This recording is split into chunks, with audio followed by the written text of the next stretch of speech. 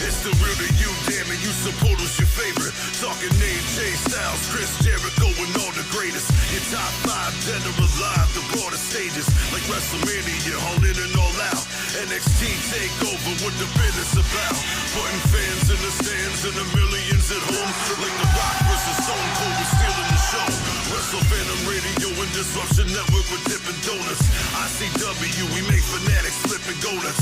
Every time we're live at local shows and it's a bonus. We're family friendly, all the growing ups and kids can Hello. How's it going? You are watching Disruption Network, and this is Wrestle Fandom Radio, the greatest podcast you have never heard. Coming at you from our homes, because we're still in lockdown. Or what is the correct term nowadays? Like voluntary lockdown, quarantine. I don't know what it is. I don't know. Staying safe, whatever you want to say. Anyways, it's like negative my balls outside, like humidity wise, or maybe that's positive. I don't know. It's really hot, so I'm okay with staying inside in my basement. Between the humidity and the pollen, yeah, my whole head hurts and it makes me tired. And you know that Rome, New York was one of the hottest places in North America yesterday? Yeah, I would assume probably today too. It's terrible out there. I love it. Everybody's sweaty and nasty. They're like, wrestlers after a 3.5, 4-star match. Any match. I'm just joking, guys. I don't want to ruffle any feathers. But they're all sweaty and miserable, and it's great. I'm gonna be one of those 65-year-old dudes that walks around without my shirt on, not caring what I look like. Well, you're gonna look exactly like that is the problem. Yeah, just like more gray. That's the only difference. Just gray. You look exactly like that, but gray. I'm actually Paul Rudd's clone. Less attractive and less funny clone. But yeah, I'm gonna be that dude walking around like, sure it's hot out, isn't it? And everyone's gonna hate me, but I'm gonna be old and stupid happy, so they're not gonna yell at me for saying it. Yeah, but anyways, that'll be fun. It will be. So that'll be fun. So Double or Nothing, right? Yeah, a lot of wrestling since last time we spoke. Yeah, that was this past weekend. Mm-hmm. And yeah, a lot happened. I was granted access to Double or Nothing. I haven't watched all of it yet. I know everything that happened. Yep. But from what I did watch, it was entertaining. Got a big debut in the opening match, if you're not counting the buy-in, which... Did you see the buy-in, hear about the buy-in at all? I did not hear about the buy-in. All right. I didn't watch it. All I know is that the Best Friends beat Private Party. Right. Probably because they've been building up Best Friends for a good while now. Yeah. Especially in the empty arena era that we're kind of going through. Trent's been getting pushed pretty hard, too, for being a tag team wrestler. But Zimber's Private Party, so I guess from what people have been telling me, there's some slips, there's some botchiness. That might have been because Private Party, hasn't been there wrestling at all, I don't think. I can't remember last time I've seen him wrestle. Yeah, it's been a while. But not awful from what people are telling me. And their Best Friends are your new number one contenders for Hangman Adam Page and Kenny Omega's tag team titles. Right. I think they're getting groomed to definitely take those off the guys. Really? You think Best Friends will take it? Yeah? Yeah, they keep doing it. There's one thing AEW is really good at, whether you like them or not, whether they're vanilla midgets, whether comedy doesn't belong in wrestling, whether you're right or wrong, you're most likely wrong. Where was I going with that? I started getting on a tangent, sorry. But I don't know. I lost myself after my past aggressiveness. AEW is good. Oh yeah, storytelling. They're very good at storytelling. They've been building this whole. First of all, if you didn't see Page and Omega win the tag titles, you should go watch that match because that was a great match. But they've been building this dissension between Page and actually the rest of the Elite. And if this was WWE already, they would have already had him heel turn, even though the fans don't want Page to be a heel. I think they want to see him break away from them. And I think that's going to happen later on. But they're doing just a great work a great job of teasing it, and then like, you know, they stay friends like they did in the Stadium Stampede match, which we'll get to. So they're just very good at storytelling, and that's personally not that I watch as much AEW as I should. I'm trying to change that, but that's definitely a common theme in this pay-per-view, is that they're very good at storytelling. Right. It's like why we like NXT, because it was different from the WWE norm, because the storytelling, for example, on Raw, Apollo Crews just won his first title in the company. He's been there for like 11 years or whatever. Yeah. Yeah, he just beat Andrade for the U.S. title. That's cool. That's great. Because everyone's been saying it for a while. You know, give the dude a push. Stop starting to push him, and then stop. You know, he keeps getting these stop pushes. But now, what are they going to do with him afterwards? Yeah. So, yeah. It's like, yo, I've been here for a long time. Okay. Here's the title. Are you happy now? You know, yeah. It's like, no, let him, you know, let him do something. Let him, you know, let him be, I don't know. He's awesome. He is. Besides, maybe, I mean, I didn't listen on Raw. I know we were talking about AEW. I didn't listen to Raw and hear his speech. I guess he gave a pretty decent spot after he won the belt. But I besides, like, talking on the mic, he's great in the ring. He's like a great combination of everything a wrestling fan should want. He looks like some dude that Vince McMahon would want because he's jacked. So he's got the look. He's not bad in the ring. I mean, I know not moves aren't everything. You got to deal with psychology, storytelling, all this, that, and the other. But I mean, not that I can pick out any examples where he's phenomenal at that. But he seems like a Luger. Seems like a total package. Yeah, I mean, he's still a high level athlete. You know what I mean? So yeah. I was hoping they were going to turn him heel, but anyways, AEW. So. Yeah. First match of the night was the casino ladder match with 8 million participants, by the way. I'm pretty sure the entire rest of the locker room, besides the other matches, was in that match. Not really. I mean, you had it was cool. If you didn't watch, if people that didn't watch it, instead of like Money in the Bank, everybody starts. Yeah. This, they had it Royal Rumble-ish, kind of. Right, yeah. In which 2 people started, then every 2 minutes somebody came out, and it started with Frankie Kazarian and Scorpio Sky. Yeah. From SCU, which was cool. You know, they did their little bantering back and forth, not a lot. And I don't remember exact order. I think Kip Sabian came out after that. You had Orange Cassidy. You had Jimmy Havoc wasn't in the match, but he's like running buddies with Kip Sabian now, which I think is a very odd couple. So I kind of dig it. I think it's either Kip came out and then Havoc, or vice versa. But it was like the 2 tag teams were out there together, all 4, and then other people started coming in. Yeah. And everybody's favorite lightning rod, Orange Cassidy. Yeah. I don't care, dude. I do not care. I mean, he's you either love that man or you hate him. I love him. I'm the former, dude. I love him. I don't care. Also, he can go. If people bother to.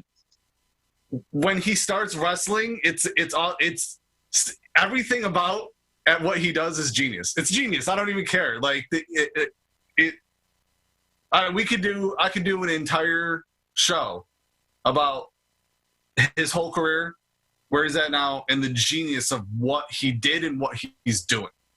I could talk about the psychology of it all day.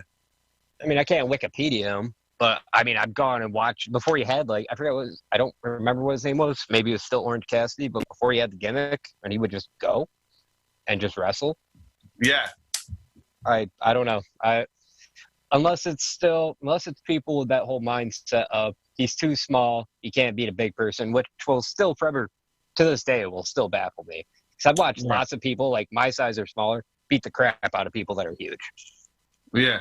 So, but I don't know. Anyways, he was in the match. He did a bunch of funny spots, man. Like when he came out, he actually walked up to the announce table, and just to go with the character, he's like, "What are the rules again? How do I win? Do I have to?" And they ham it up with it too. Like Excalibur's like, Tony Khan has explained to that man at least 200 times today that you got to climb the ladder, and he just walks in the ring. He like looks up at it. He just does one of these. realizes he can't get to it, gets a ladder, doesn't set it up, lays it down, stands on it as it's laying down the ring, and then tries the same thing to reach again. I don't know, man. It sounds dumb. It's funny. Just stop being so serious. It's genius. The right kind of comedy has to be in wrestling. Orange Cassidy stuff, DX stuff. You have to have. It has to be the right type of funny. You know what I mean?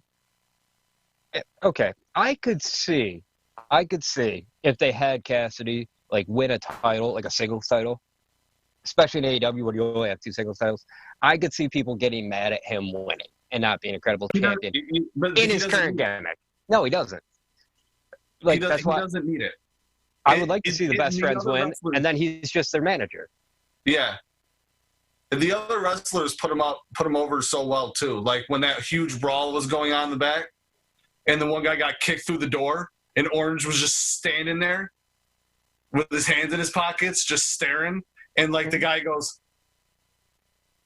and he pulls the door shut, like he just doesn't want to disturb him. And he's like, you know what I mean? Like when you build up to, you know, like that, all the action that happened in that thing, and when the door busted open and he's just standing there, that was the biggest pop from the crowd.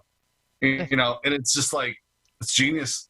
I just think some people don't like to be happy, even with their escapism. I think people just like to complain about stuff. Yeah, I blame Facebook. Yeah, I blame people. Anyways, so all right. So what was next? Or wait, we need to finish that. Yeah, there were some other people in the match. Joey Janela came in. He hit Marco Stunt, who made his own appearance. He wasn't in the match, but Luchasaurus was, which that dude's over. Anyways, and amazing. And Janela gave, I believe it was Marco Stunt, a running, like how Velveteen Dream in NXT does the Death Valley driver. Yeah. I got to set this up. So the mystery opponent, everyone was like, who's it going to be? Drew Gulak? Is it going to be Sting? Who's it going to be? It was Brian Cage. Right. You know, formerly of Impact. They've actually had him signed for quite a while, I guess, and he was just rehabbing his knee. But I haven't watched Impact, TNA, Global Force Wrestling, whatever it was called. And so I'm not super familiar with him. But people were saying his knee was still bothering him a little bit. He was impressive. He looks like literally a strongman competition, like a competitor in a strongman competition.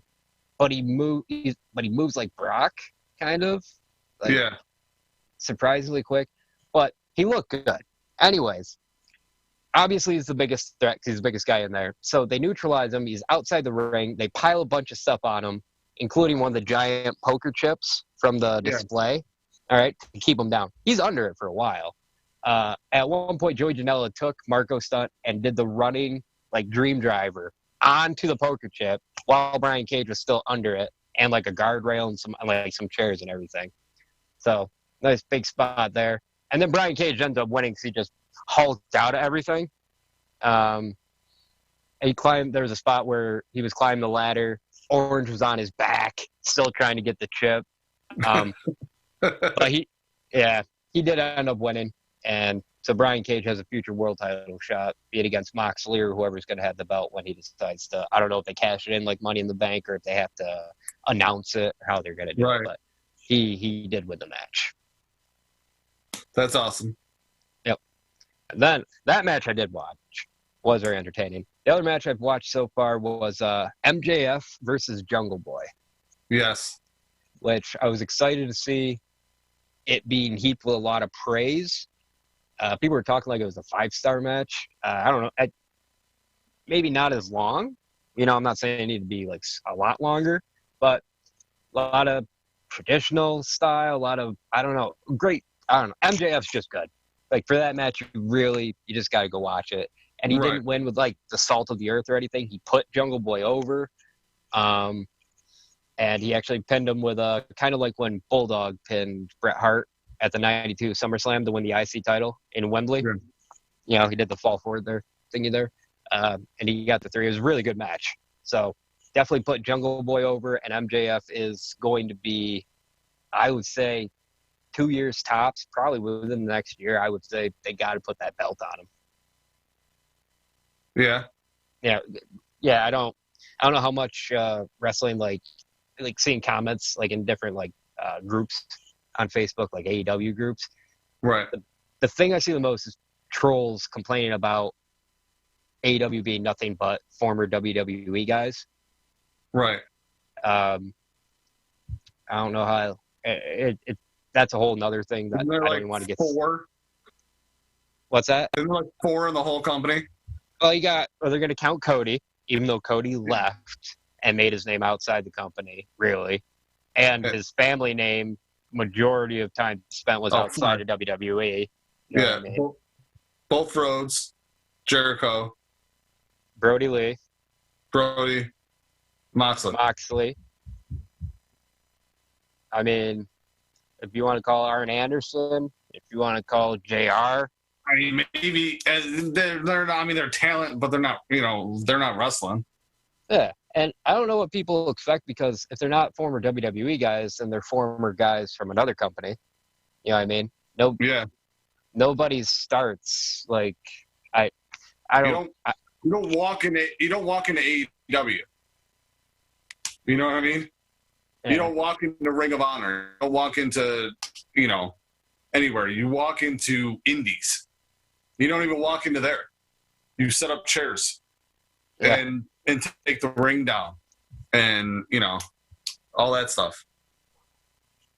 I mean, any of our wrestling friends, if you want to tell us how you start out. I mean, do you just start out in WWE, guys? Is that what happens? Are you guys WWE guys?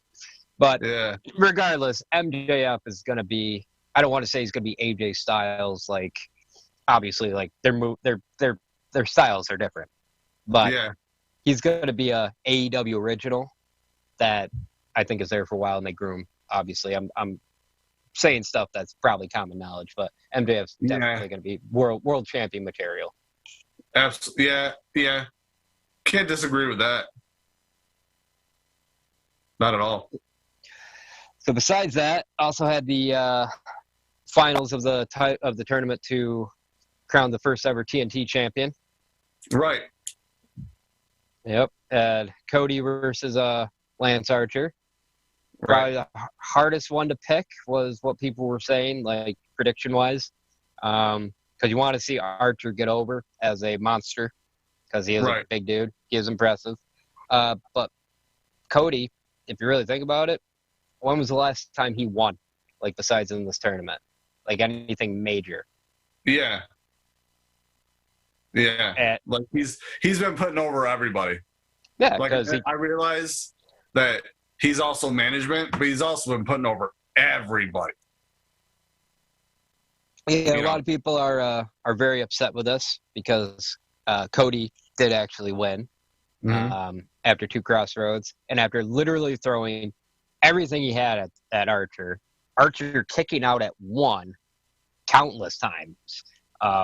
Everyone's like, oh, they buried Archer. Cody just buries talent. I'm like, how does Cody bury? Pretty sure Cody puts over talent. Pretty sure he just went with Darby like a couple months ago to a time limit draw. Pretty sure he can't compete for the AEW World Title in story because he lost whatever. But wrestling internet trolls are a really strange breed. Like I don't know. They're a strange breed, man. I don't want to be insulting, but I just don't understand their logic ever at all. But Cody did win. He's your inaugural champ. Sheeta then beat Nyla Rose for the AEW Women's Championship. Right.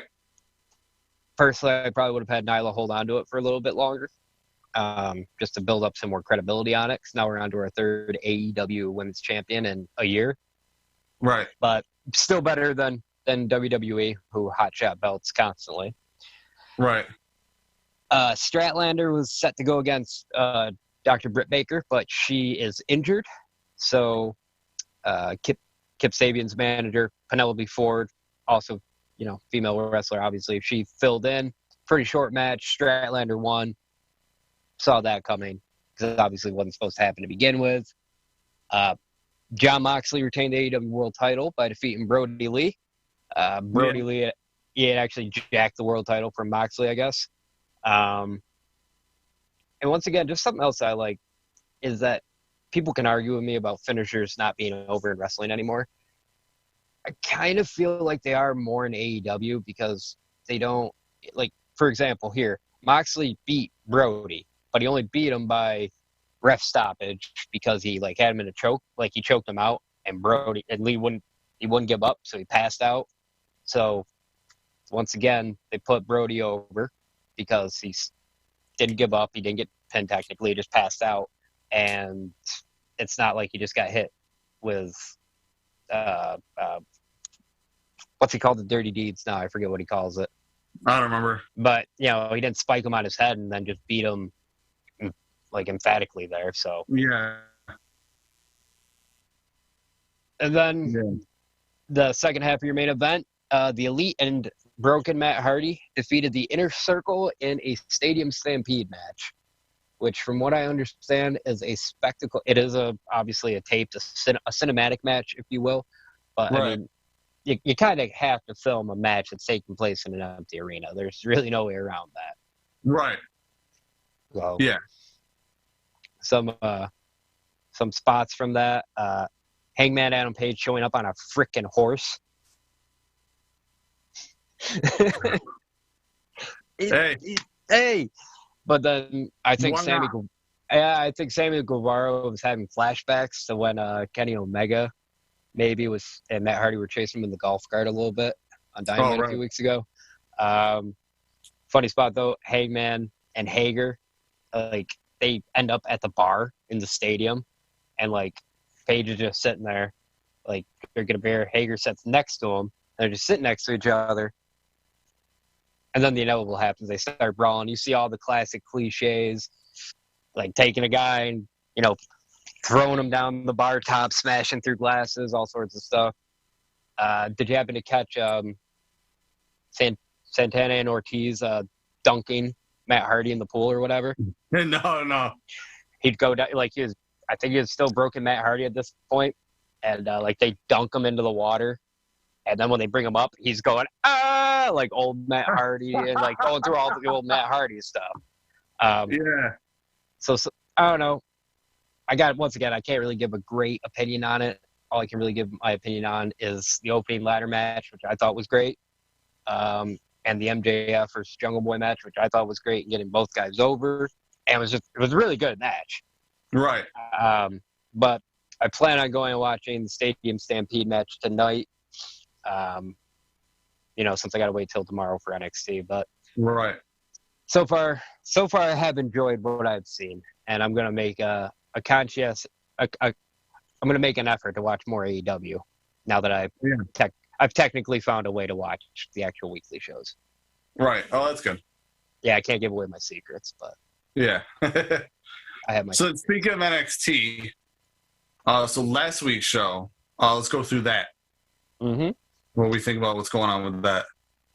Well, first of all, their shiny new toy, Carrie and I Used to Be a Killer Cross, started the show. Did you see his entrance at all yet? No. It's when they did it, I think it was last week or 2 weeks ago for his debut. They've got big plans for that dude. It's a pretty grandiose entrance. Dope music, whole lot of smoke, make him look like $1 million. Real life partner Scarlett Bordeaux comes out and lip sync his entrance theme all the way down. And you remember how much I marked out when The Fiend did his SummerSlam entrance for the first time? Right. Not quite that level. I'm not marking out, but it was definitely cool to watch. I definitely recommend it. So they do that again. Scarlett doesn't lip sync down the ramp this time, though. That made me happy because I would have gotten old real quick. But they gave him a squash match against some dude named Liam Gray, and that's all it was. He did a little bit more this week than he did his debut. But he tossed the dude around, then he slapped him in, forgot what it is exactly, but submission hold on the ground, had him tap out. Figured it was probably just going to be a squash match in the opening spot. But then our boy Tommy Champs comes out, and he's actually the motivation for this week's top 5, by the way, because he comes out, He cuts a, as always, great promo saying, hey, I see that you're like the new thing. Well, I'm the thing here, basically saying I'm the top guy, and just obviously Cross attacked him all those weeks ago behind his back and challenged him to a match at In Your House. In Your House. Yep. So I think Ciampa's going to be putting over Cross, like not like Cody Archer style that we saw at Double or Nothing. I think Ciampa's just gonna bite it to Cross. Oh yeah, which is fair. Yeah, no, they're gonna need they need Ciampa to push him through. You know. So yeah, I think he could start with some other smaller people, but if you're going to make him big anyways, why not start with Ciampa if Ciampa's willing to do it? Yeah, I think Ciampa's going to be your flag bearer at NXT because he said he doesn't want to ever go to Raw or SmackDown.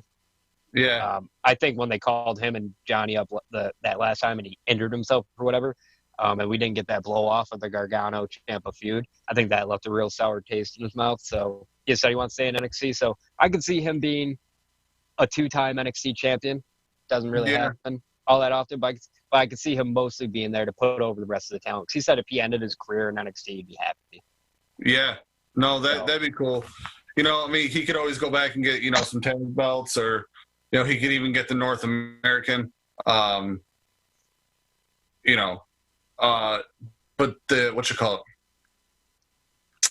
I mean, he could absolutely be NXT's, like Triple H, if you know what I mean by that. You know what I mean? Like, Triple H was like one of the biggest of the big dogs, and yet he's been pinned by the Brooklyn Brawler. You know what I mean? So, like, which is why, in my opinion, he's one of the best ever because of everything, the entire board of everything he's ever done. Yeah, we could do an entire show on Triple H, like the positives and the negatives. Yeah, I could do 2 shows. I could do a show on the positive and a show on the negative. Like, absolutely. And not negatives in like, oh, you did this wrong. Like like as in like how he was and what he did in certain. You know what I mean? Like, yeah, but like Katie Vick. Okay. Yeah. Booker T. Yeah. Yeah. All right. Okay. Yeah. All right. Yeah. That. All right. Okay. Technically, yeah, we could do some negatives. Yeah. Yeah, we could do some negatives, bud. Yeah. But something that definitely wasn't a negative was after Cross squashed some dude we'll probably never hear of ever again. I'm not going to even try to say his name because I know him. Obviously, I've been watching him in the interim cruiserweight tournament, but Phantasma. Yeah, just leave it Phantasma. Yeah, way easier. El Hero Phantasma Jr., I believe. But whatever. Probably butchered that. He won against Akira Tozawa in Group B. Tozawa, who they've been making look like $1 million after misusing him ever since he was Cruiserweight champion. Right. To be honest, probably ever since the Cruiserweight Classic or whatever. Yeah. But they had a real good match, man. Probably match of that tournament, to be honest with you. Yeah. And good match. Phantasma actually won with his Phantom Driver. So he won Group B of the tournament there. So he's going to face the winner of Group A, which we'll get to later on. Right. But Phantasma and Tozawa, afterwards, like later in the show, you see him like walking up to Tozawa in the parking lot, like shaking his hand, being a good sport. And then all of a sudden, Tozawa got attacked by a bunch of like masked men, like luchador men, like in suits, like Phantasma. So Phantasma saved Akira and chased him off and everything, but this has been going on, and I'm not sure where they're going to take that, but obviously there's some story building right there. Right. After that, Mia Yim squashed Santana Garrett pretty quickly. Not a lot of offense from Santana. Mia basically just beat her with the protect your neck. And then Candice LeRae and Johnny Gargano came out, the two most annoying heels in NXT. And first, I strangely love them for it. I don't know why. So, they're good at it. Yeah. It's because they're good at it. I'm still really trying to decide if it's just heat. They're good at getting heat, or if it's just go away heat at this point. I don't think it's go away heat. They're not Baron Corbin to me, but anyways, they came out. LeRae put down Mia Yim a lot, talked a lot of trash about how she couldn't get the job done against Charlotte Flair, and she gets all these opportunities, blah, blah, blah, blah, blah. LeRae gets in the ring. Gargano actually pulled the ropes down when Mia tried to hit the ropes, and she went through them or whatever. But eventually, our Lord and Savior, the limitless Keith Lee, came out and made the save for Mia. So I'm not sure if we're going to see Mia and Keith Lee versus the Garganos, or if they're going to have respective matches, if they're going to happen in your house. But once again, looks like something they're building towards there. That'd be fun to see it in your house. Yeah. Because in your house, not even like a regular tag match, like a tornado tag. Yeah. You know what I mean? Like they're all just fighting each other at the same time. No rhyme or reason about it. Because I know people are probably saying that they don't want it to be like a glorified house show, like how the Saudi Arabia shows are, or WWE's terrible attempts at Starrcade. They're just glorified house shows. But, I mean, in your house, it's in the name. And I always felt when I was a kid that in your house were kind of supposed to be like glorified, more important house shows. You know what I mean? Like you had house shows, weekly TV, in your house just above that, and then like that's what you didn't have so many papers. You just had WrestleMania, SummerSlam, Survivor Series, Rumble, and then you had those. So and King of the Ring. That's when King of the Ring. Yeah. Sorry, no disrespect. It wasn't not the big four like now. They had the big five. And then the in your house were the ones in between. So that's what they were. They were a glorified house show. That's what started the monthlies, the big times. You'll also be happy to know that Birch and Lurkin were on the show, by the way. Yes. In a squash match, and I don't think it made. Yeah, they squashed everybody's favorite '90s new metal inspired tag name, Everrise. Yeah. Have you seen those guys or heard them? Wicked band name. Yeah, Everrise. Everrise. Wicked band name. But capture all that 9901 Rome Free Academy teenage angst, I guess. Yeah. With that tag team sounds like they wear Jinko jeans. Yeah. Oh, yeah. Anyways. Absolutely. But they beat the crap out of them, so whatever. And then your boy, Roddy Strong, took on my boy in Dexter Lumis. And I am very comfortable saying my boy Dexter Lumis.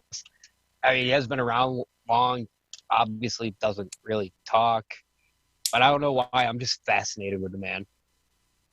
Like, I think he's got an interesting character. It's something that I don't think I've seen like since probably Goldust. Like, right. That really kind of would creep me out if I was a kid. Yeah. I forgot what his name was actually before he got to NXT, before he went to the Performance Center, but I did go back and watch a few matches that he had, and when he was nothing like this character, to be honest with you. But, Strong won with a surprise pin. Right. But then kind of put Dexter over at the end, because Dexter put him in, I forgot what his move is once again. It's like kind of like Cross's move, actually. Not a kata hajime. I know it's like a gata hajime or something like that. I'm probably butchering the name for it. But he choked him out. Cole and Fish came out trying to kick Dexter off.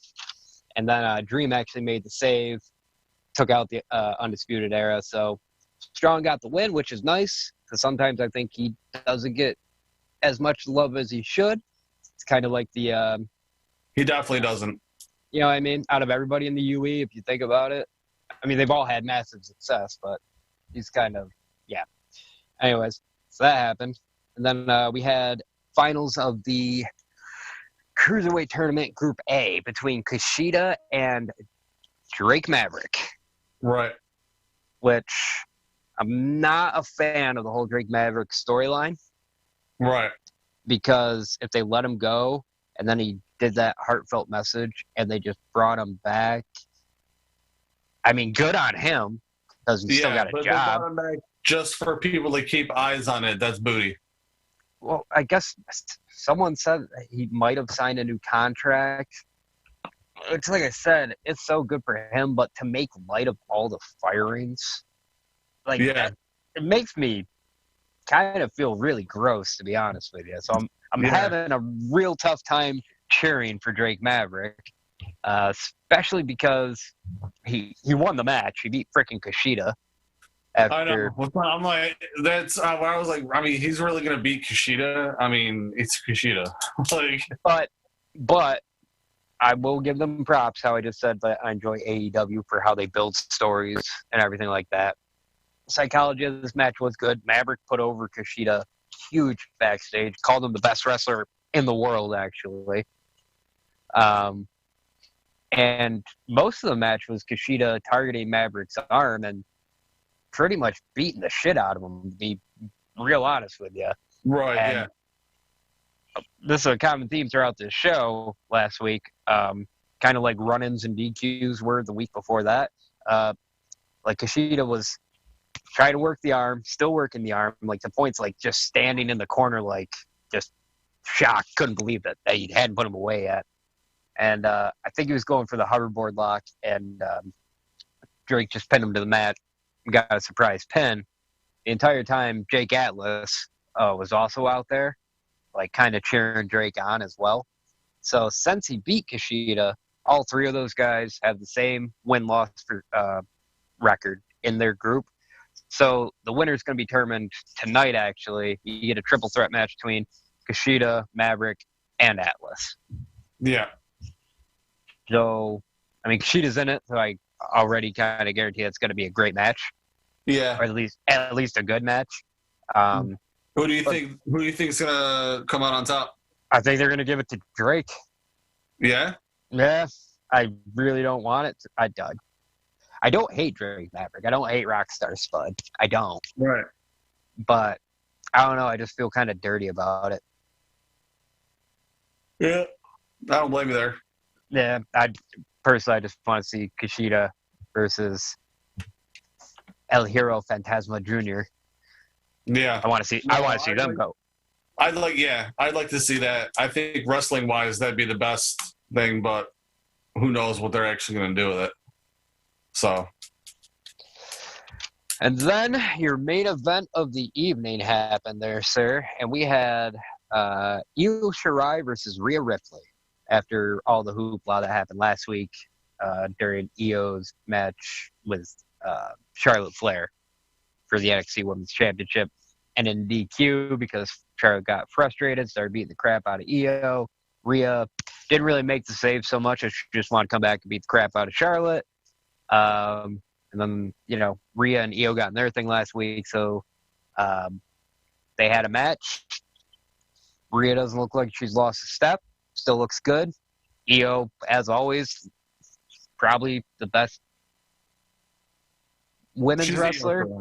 What's that? She's Io Shirai. She's the Juicy Judas, brother. I almost said the man, but that's Becky Lynch. But she's awesome, and I love her to death. They're having a good match, but Flair came down, and then eventually, of course she came down, so she had to spear somebody and get the match thrown out. Fell ended in a DQ, which also kind of good episode of NXT, all things considered. But I could have done without the ending, the DQ. But I don't know if they've announced it. We'll see a triple threat match at Takeover in Your House for the women's title. Do you think they'll get it off of Charlotte? I don't know, man, because they're oversaturating with Charlotte, I think, personally. Okay. But think about it, man. She's on Raw, she's on NXT, she's on SmackDown, she's on Raw again. She's on Raw on Monday in a triple threat match to determine who's gonna face Asuka for the Raw Women's title at Backlash. Like, sure, you got the NXT Women's title, dude. Like, I understand your roster is kind of short-handed right now, but you couldn't find anybody else. What's Bianca Belair doing? Like, she debuted on Raw, and what has she done? Yeah. Like, what's Charlotte gonna do? Get all three belts just to top Becky Lynch?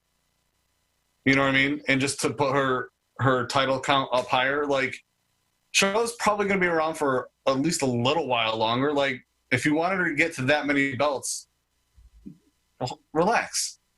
Just relax. She'll get there. If you push her too far now, she's already got what, 10?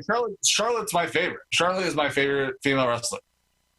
So I want to see her do big things. And if they aim to put 16 on her, just like her dad, I'm cool with that. Could he space it out a little bit, though? You know what I mean? But I think they need to space it out.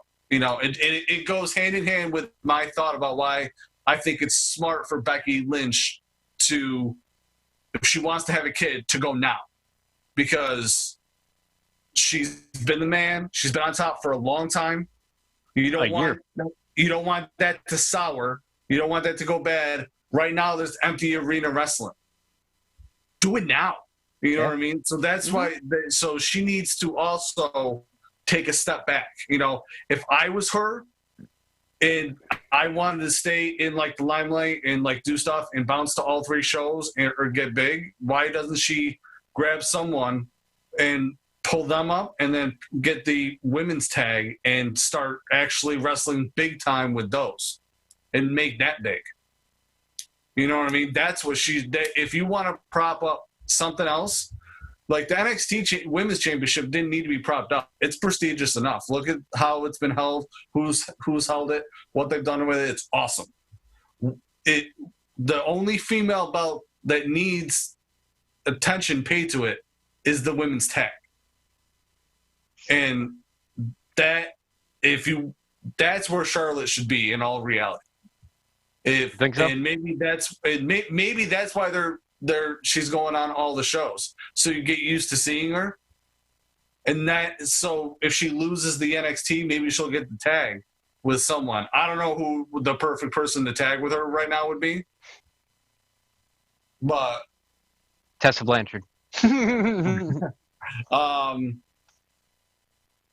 What's her name? Probably wouldn't be too bad. Lacey Evans. Lacey Evans. To tag with her would be pretty good. You know what I mean? Oh yeah. Listen, not Lacey Evans, both tall and pretty and blonde or anything, but like their style. It's like she's a little stiffer compared to the athleticism of Charlotte. They could complement each other well enough. Well, I don't know if you knew this, Garrett, but Lacey Evans was in the military. So I know. She can definitely fight. But no, that'd actually be a good pairing because I think Lacey Evans is, character-wise, when she's a heel, I don't like her as a face right now. Not at all. Yeah. But as a heel, that character and swagger, and there's an underrated talker for you. I mean, for being as new as she is, Lacey Evans definitely got that character down. But she got tossed into the spotlight way too early. Way too early. And people can knock her all they want. If you watch a Lacey Evans match now compared to her when she was in that whole thing with her and Corbin versus Seth Rollins and Becky Lynch, I know we all want to try to forget about it, but she is way better now than she was back then. Yeah. No, I agree. And it would be nice. That'd be an interesting tandem. Yeah. It'd be nice too. Like Charlotte just shows up. She's like, I need your help. We're going to do this. And then they do it. And then they're just showing up on every show. It's like they go on Raw at the beginning of the week and they're like, guess what? We're going to be at every show, for the next month defending these titles. And they put the titles up there and out, you know what I mean? And on the shoulders of those two, the women's tag could be it could feel super important the way it should, because I mean, how long were there signs out there saying like, we want a women's tag champs, dudes just standing out there holding signs. Like this is what we want, and finally they did it, but they're, now that they've only got them. Yeah, they did nothing with them, and it's like, all right, they can bounce around to all the shows. Well, that's fine, but you're not really bouncing them around all the shows, and they only kind of show up here and there. It's like, no, it needs to be it needs to be important. You know, it needs to be something. They should have let Sasha and Bailey just hold on to him like they did Becky for the year, hold on to the belt for a year. They should just let those two hold them for a year, just bounce back and forth. I'm talking NXT UK, NXT. I don't think I'd say 205 Live, but there's no female wrestlers there. You know, just go wherever. Just let them be show. They don't necessarily even have to really have a storyline every time. Just have them do showcase matches. But Vince doesn't like showcases. Like, right. He wants everything's got to be a drama, got to be a soap opera, whatever. And not to fantasy book here, but since we're kind of doing that anyways, you know how everyone wanted to see the 4 horsewomen of like NXT, WWE, whatever, Becky, Bailey, Sasha, and Charlotte versus the 4 horsewomen of MMA when Shayna came in with Ronda, because Ronda, Shayna, Duke, and Shafir. Yeah. I don't think we're ever going to see that happen. Because no offense to the other 2 members of the horsewomen, like Ronda and Shayna's buddies there. They're still a decent amount of time away from that ever happening. Plus, I don't know how you work it. And I know Tessa's under contract with Impact. It would be great to see Charlotte Flair and Tessa Blanchard versus Ronda Rousey and Shayna Baszler. That'd be great. That'd be great, man. Oh, you couldn't print money. Yeah. Sorry, random thoughts pop in my head about wrestling. That would be the absolute best. Mm-hmm. Yeah. None of those 4 are slouches at all. No, that'd be a high octane all the way through match. It'd just be fantastic. Yeah. But as we were previously speaking of underrated talkers, that is actually our top 5 for the night. Yep. So yes, top 5, and underrated talkers. You know, another dead or alive list if you need it. I have one gone on mine. I think all 5 of mine are breathing still. Yeah, but yep. So my number 5 is actually Corbin. Okay. So right. my number 5 and 4 are underrated to me for like the certain reasons of where like, so when Corbin was the lone wolf, he didn't really do a whole lot of talking. Didn't need to. Kind of came in and just beat the crap out of people. But now he's kind of like the suit where, like he does everything he does. And like people are like, no, I hate him. But like, you don't realize that it's like, if he makes him hate you when he's talking, he's doing a good job. It's like the Miz. The Miz can make you hate him. It's like, he's not an underrated talker. I don't think, I think he's right. I would assume people just know that he's fantastic on the mic. You know what I mean? It's what he is. It's what he is and what he does.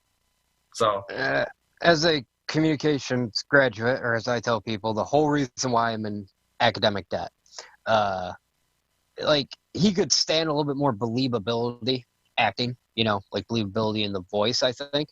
But a lot of people, and me included, like I was like, go away, dude. I hate you. But at the same point in time, everyone seems to want heels that they boo, but they secretly, like they cheer. You know what I mean? Yeah. They want that cool heel. So yeah. I can give you that. You need the heel that you hate, though. Yeah, I know. You got to have somebody to hate. And that's Corbin. And it's the same thing with my number 4. But what's your number 5? Actually, I'm weird when I say underrated talkers because people might talk about these people, but they're definitely not talking about them with your Shawn Michaels and your Rocks and your CM Punks. You know what I mean? That's like my criteria. Jericho's. Yeah. So number 5, and you can just wipe out anything after he went to WWE, but before he went to WWE, my man in ECW, Taz, was a great talker. Okay, yeah. Believable. I always saw as like a 14, 15-year-old kid that he was going to beat the shit out of every single person that he was fighting because he was just believable. It's because he was going to. Yeah. I mean, dude knows judo, and I watched him suplex people. I watched him. No, I'm sorry, that was Chris Benoit. But I just watched him suplex people on their heads for a long time. And he just came across as that, dude from Red Hook, like grew up, not great life growing up, had to work for everything, blah blah blah, beat the shit out of you type of mentality. Now to have a really bad pun, he was a Brooklyn brawler. Yeah. So I think he was very underrated as a tough guy talker. Yeah, it's true. That's true. And then, like I said, the same thing with like when he was not when he was not when he was a face, he didn't really need to do all of it because it's like that was how he was right when he came back in NXT. But then when he did a heel turn, Cassius Ohno got real good at making him hate you on mic. Oh yeah, like or making you hate him on mic, and and just the smugness that he would bring to it was very it was surprising out of him. Not as surprising in my opinion as other people I have on the list, but yeah. So my number 4 is definitely Ohno. So Chris Hero, I love Chris Hero, man, and and I agree with you. I liked him when he went heel. I know he kind of lost to everybody, but he made you really want to hate him. Yeah. Like that smugness, you're right. And I remember when Riddle debuted or whatever and knocked him out with the one knee or whatever he did. Yeah. And just pinned him, just beat him. Like, yeah. And the crowd pop, and myself personally, I was like, okay, awesome. So, yeah, I had never thought of that. That was an excellent choice, sir. That was an underrated choice. Who's your 4? My 4, and once again, when you think of this man, you don't think of him talking. You think of him his wrestling. And that man is Daniel Bryan Danielson, whatever you want to call him. I wouldn't have necessarily, because obviously, with the whole yes thing, and before that, when he no, and the whole Team Hell No with Kane, I think that's when I really first started taking notice. And I didn't really watch a whole lot at that time, but that's why I started taking notice of him talking. And then again, when he just, before the WrestleMania where Kofi beat him for the belt, when he did that heel turn, he was the Planet's champion. It's really hard to hate Daniel Bryan because he's just so goddamn good. Yeah. But if you really look at it like that heel turn, probably one of the best heel turns in the last 10 years, bare minimum. Yeah. Yeah. Because complete turnaround. Because he used the truth to twist reality into ugliness. You know what I mean? And when Kofi was going at him, he was like, there's a reason you've never been champ. You know what I mean? He used reality to throw it, and that if you've even seen commercials of him on the show, that he's actually a good guy. So he would never in his life say something like that to Kofi Kingston. You know what I mean? But as that character to say, there's a reason, and you're not going to beat me. I don't even have anything to worry about. You can't do it. That. It was really, really smart, actually. If they're like, okay, you guys go out there, cut a promo, and Daniel Bryan is definitely. I'm glad that Kofi beat him for it. You know what I mean?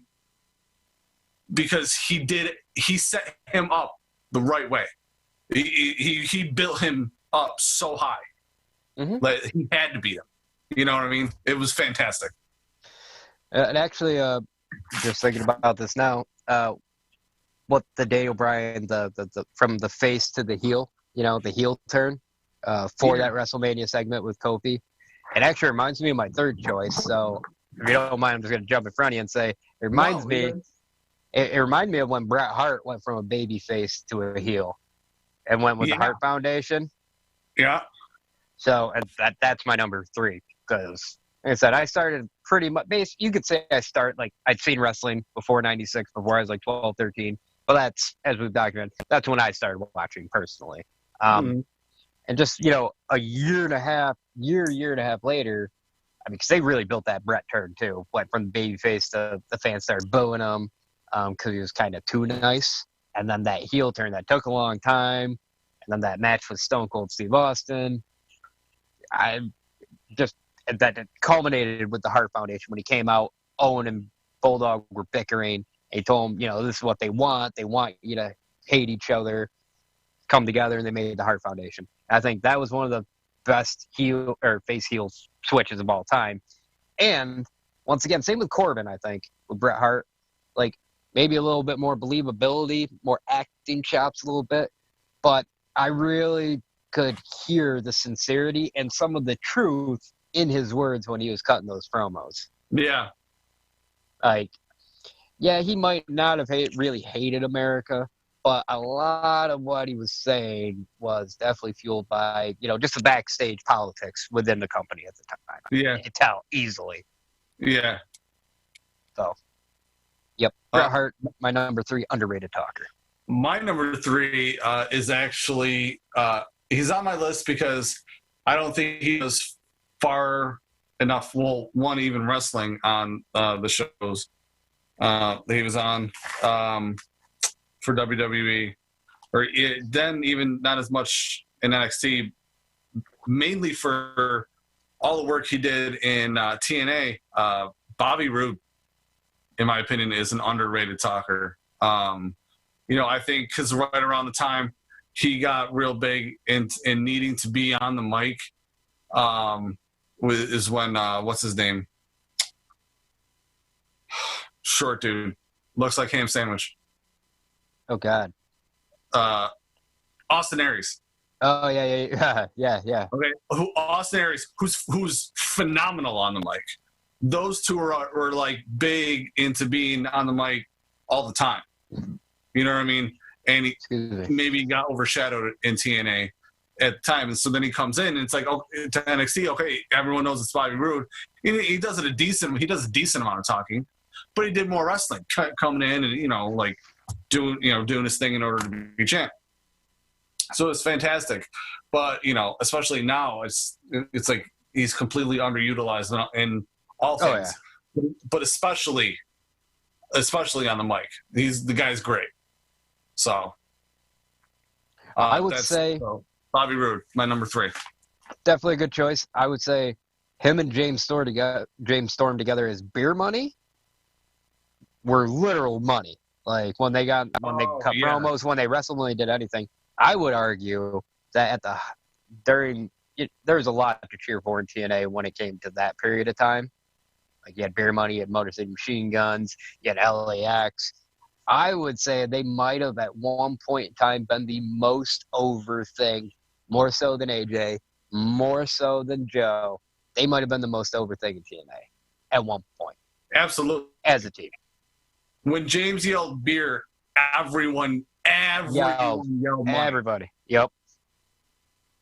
Everyone, yeah. At one point, like, Roode probably wouldn't even have to say it. He could just raise his arms. And right when he raised his arms, everyone would have said money for him. He wouldn't have had to do it.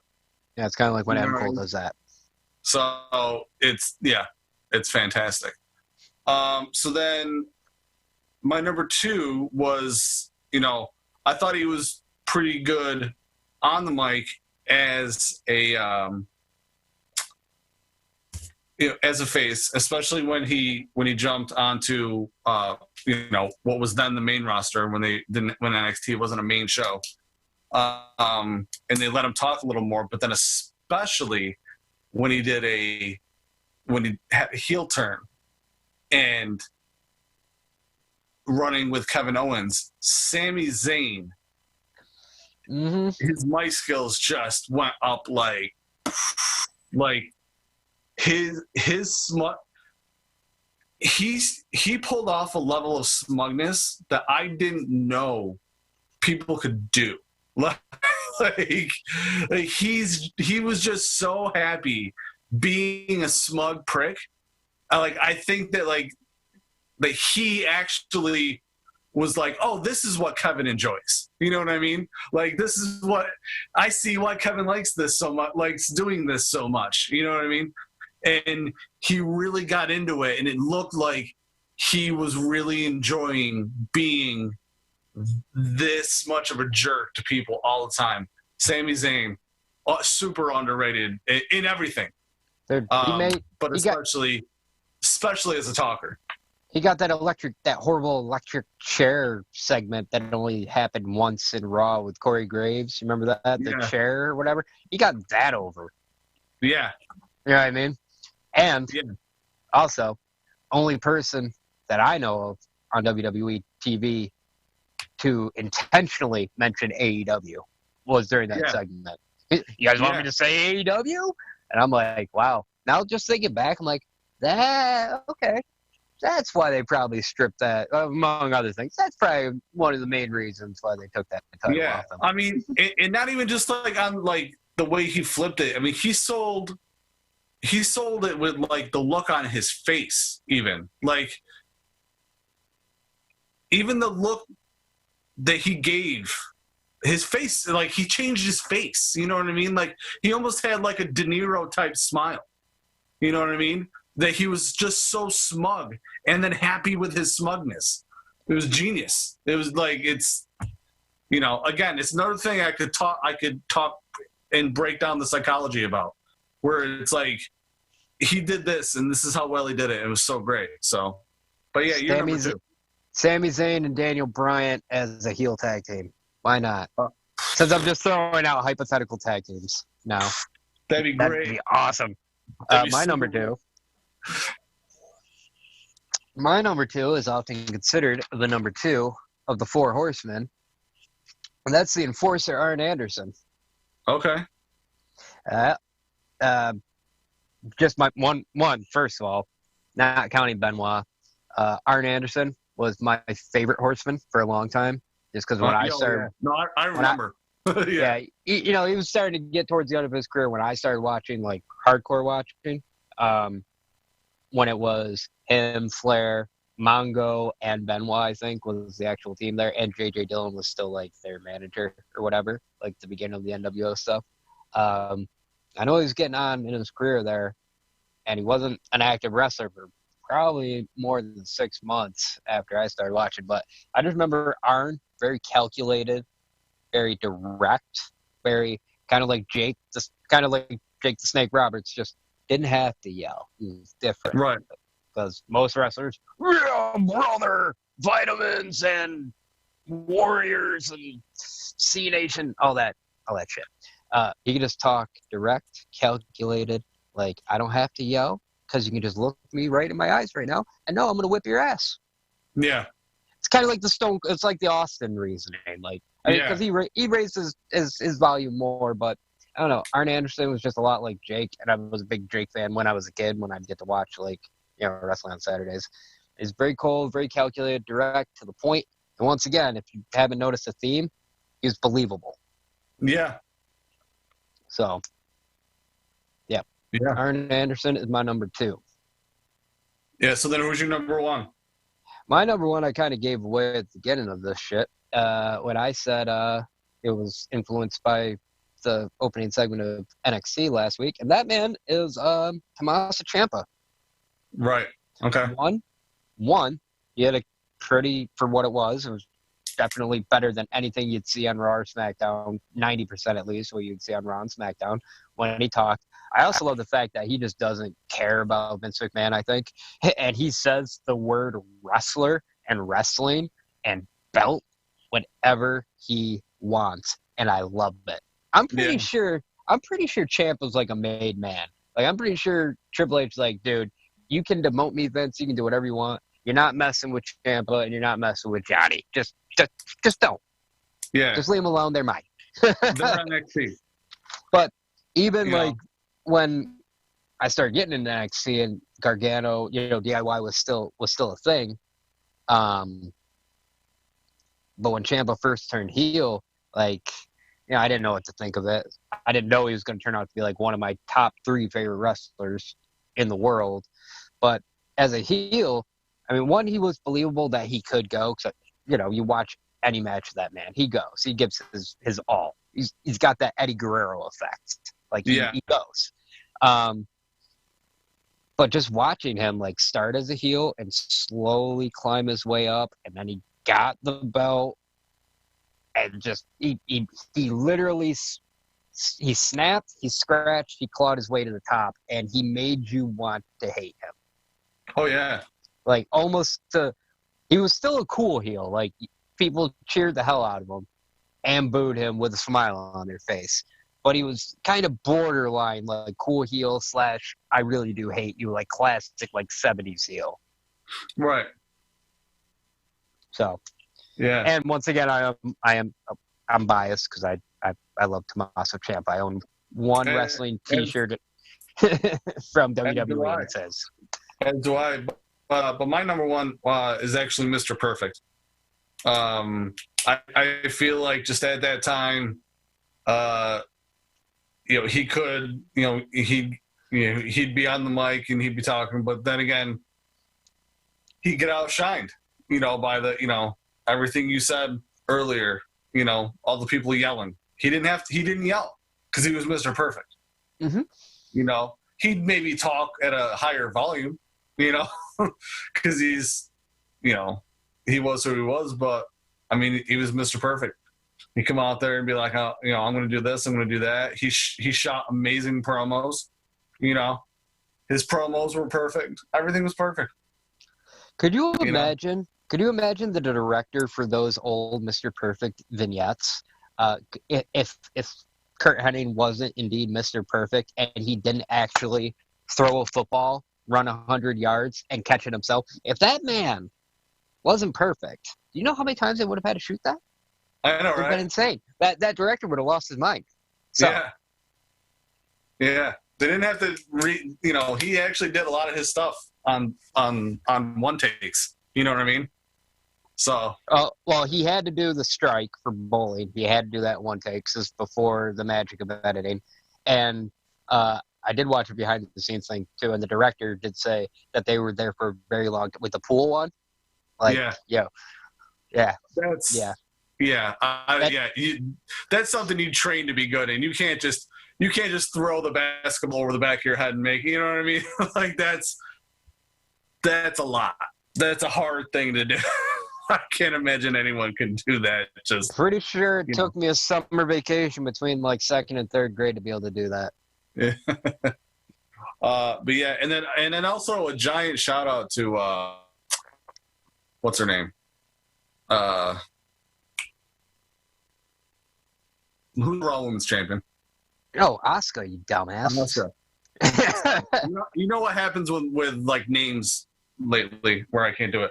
Giant shout out to Asuka for being a good talker, even though most of the time when she's yelling at somebody, it's in Japanese, but she uses it in the right places. So she'll come out and she'll talk to you, or they'll be talking to her, and she responds in English, and then she says what she needs to in English, and then she gets all big and wide-eyed and loud and starts saying stuff in Japanese, and it's all in the right spots to where she's probably insulting them. But it's and it's not it's not the way what's his name, Alberto Del Rio, would just throw out a Spanish word every now and then, how he'd call everybody dog, but in Spanish. And it's like, I hate you, dude. Well, he's just an awful, terrible human being anyways. I never once have I ever liked him. Did you not hear about the big news thing that happened like a week or two ago? I did. I don't know. He got arrested again? He definitely restrained his girlfriend, assaulted her, and go look it up, bud. Let's just say he is a giant piece of trash, and that's me putting it mildly. All right, well, but that is definitely a show for tonight. Hey, top 5 pieces of trash next week. How about that? Pieces of trash. Total garbage that should never have been in WWE or any wrestling. Awful humans. Next week, top 5. Wrestle Fandom Radio. Sounds good. Awful human beings. Sounds good to me. I was joking, dude. But no, we should do it. We should do it. You started off as a joke, but do we have another one? No. Exactly. All right. Exactly. I'm just going to comb through the celebrity wing of WWE Hall of Fame. I already know my number 1. I mean, it's going to be everyone's number 1. At least it should be. Yeah, I don't know. Well, all right. But yeah, that is it for tonight. Please join us next week. Make sure you are checking out all of the other shows on Disruption Network. Big shout out to EJA Moving Company. Visit them at ejamoving.com.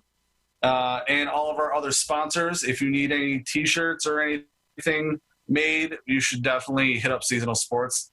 They're awesome. Fred's awesome. Yeah. If you want some donuts, go to them. Or some coffee. Listen, I think the Rome dipping ladies, they just know who it is every day now. Yeah. They hear extra large, 2 Splenda, and some milk, and they just know. Oh, hey, Stu. What up? Anyways. Yeah, all right. Join us next week. Where we promise we'll have an outro tagline. Yeah, we need to work on that. Yeah, we keep saying that. We'll do it. Sounds good. Yeah, Catch us great. Next week. We'll see you later. Does.